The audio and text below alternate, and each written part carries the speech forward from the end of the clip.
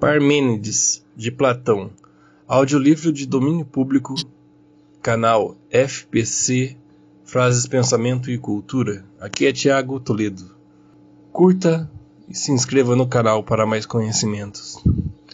Esse Parmênides é um livro que você tem que se concentrar um pouco, mas vai parando, vai refletindo que é muito bom.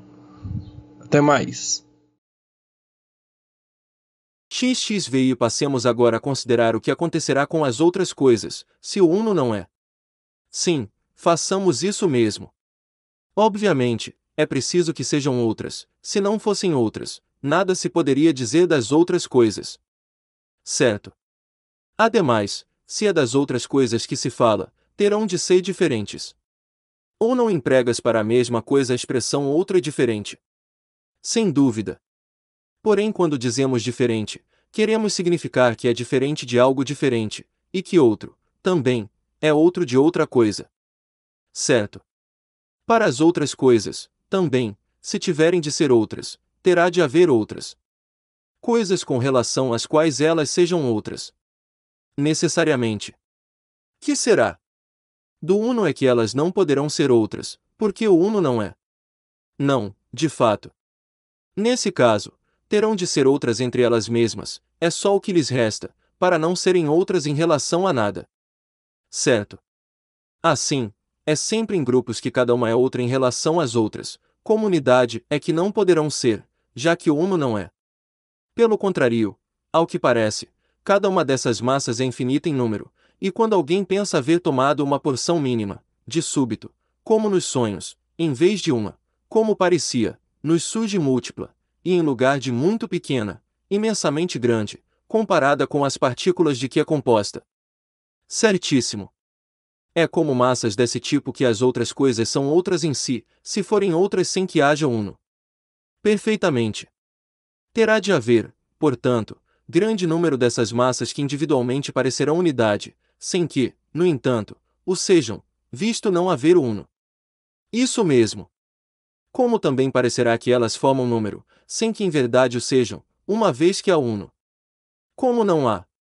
E também parecerão conter, é o que dizemos, a quantidade mínima, mas essa quantidade parecerá múltiplas e imensa em comparação com cada um desses múltiplos que em si mesmos são pequenos. Como não? Ademais, cada massa será imaginada como igual às suas numerosas e pequenas partes, pois não poderá parecer que passa da maior para a menor antes de dar a impressão de chegar ao meio, o que já seria um simulacro e igualdade. É provável. E cada massa não parecerá limitada com relação às outras e a si mesma, conquanto não tenha nem começo nem meio nem fim. Como assim? Porque se em qualquer delas considerarmos em pensamento algo nesse sentido, por detrás do começo aparecerá outro começo, para além do fim sobrará sempre outro fim, e no meio, mais central do que ele, outro meio menor, por não ser possível conceber nenhum deles como unidade, visto não existir o uno. Perfeito. Assim, todo ser que concebermos em pensamento, terá forçosamente de mil partir-se em pedacinhos, segundo creio, será sempre apreendido como massa carecente de unidade. Perfeitamente. Para quem as contemplar de longe, com vista turva, cada uma dessas massas aparecerá forçosamente como unidade, mas para quem as examinar de perto, com espírito atilado, cada uma se revelará como multidão infinita, visto carecer do uno que não é. É mais do que obrigatório ser dessa maneira.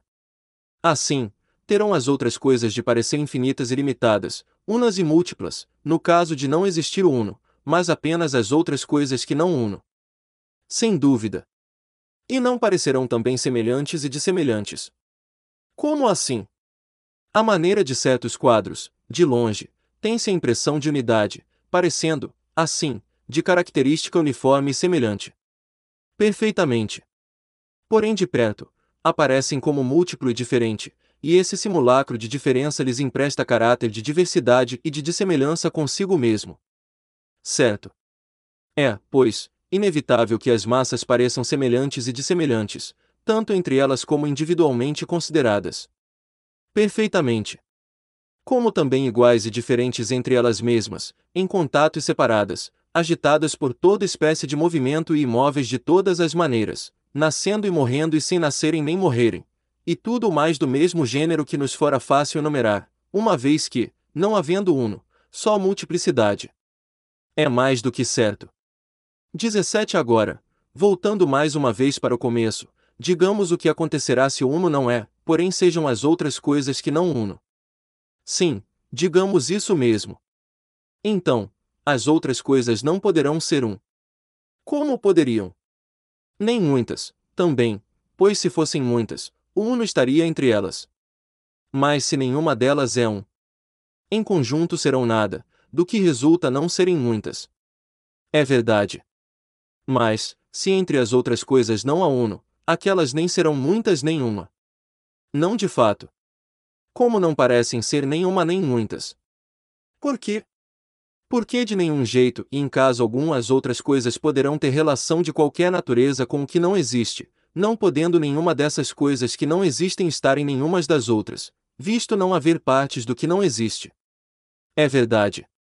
Como não haverá, também, nem opinião nem aparência do que não existe, não podendo, outros sim, em nenhuma condição e sob nenhum aspecto, ser concebido o que não existe.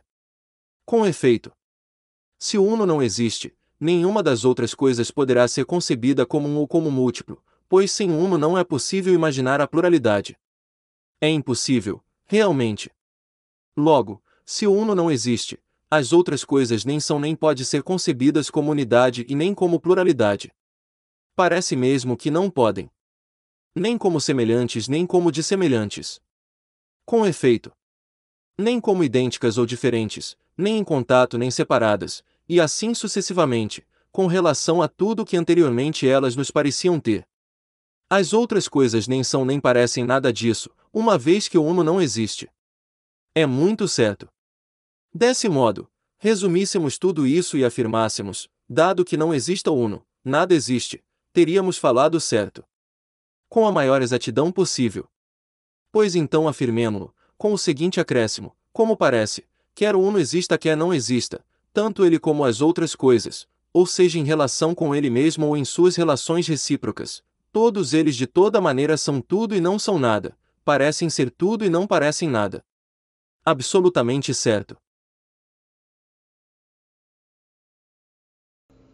Para mais audiolivros, siga o canal FPC e aperte o sininho das notificações. Tiago Toledo, até mais e aproveite o livro.